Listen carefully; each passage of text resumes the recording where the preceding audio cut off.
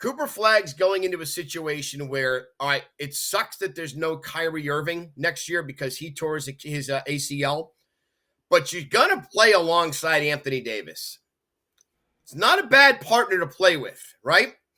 They've got some players. You have Klay Thompson on that team. Cooper is not going into a situation. The beauty of some teams that just absolutely stink, the hard part, I should say, for teams that absolutely stink is you're then, as the number one draft pick, you're expected to be the savior. Cooper doesn't have to be the savior. On that team that he will play with when it becomes whole in a couple of years is a former All-Pro in Kyrie Irving, a former All-NBA player in Anthony Davis, and a former All-NBA player in Klay Thompson.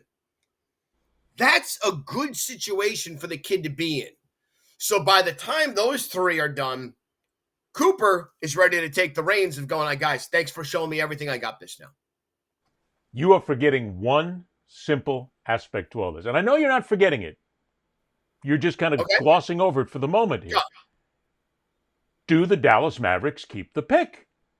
Do they keep Cooper Flagg? Or they send it for Giannis. There's a great discussion out there right now that has them taking it and winning now. Because you just mentioned three elements that the Mavericks have that mean they have the possibility of winning. You put a great rookie in it, and that could be it. But if you take a Cooper Flagg and you box that up and you bring somebody else in with four great players, you win now and everybody makes money. That's more important in the game than long-term planning, and we both know it. Fair. That's fair. So Cooper could go to a bad situation. Sure. Think about Christian Laettner. I'd rather not, but go ahead. I know. Christian Laettner went to a very bad Minnesota Timberwolves team when he came out in '92. Shaq goes to the Orlando Magic, and look, they also showed the difference between Shaq and Laettner. Laettner goes to the Timberwolves and smokes pot and gets suspended.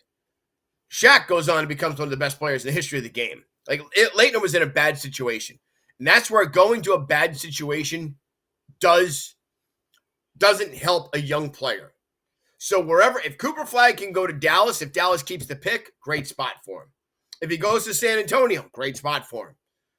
If he goes to Milwaukee, it could be dicey because if Cooper goes to Milwaukee, the Bucks could quickly become the Philadelphia 76ers of how badly they're going to fall. Because Philadelphia is shrinking.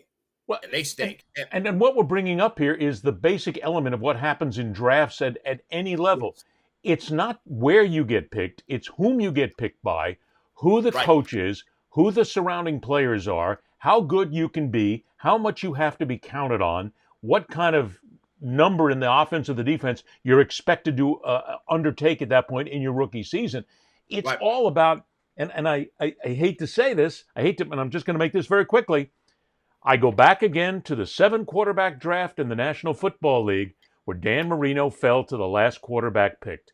Had he been picked by anybody else except for Don Shula, he may never have gotten to the Hall of Fame simply because of how badly he could have been handled by some of the other coaches.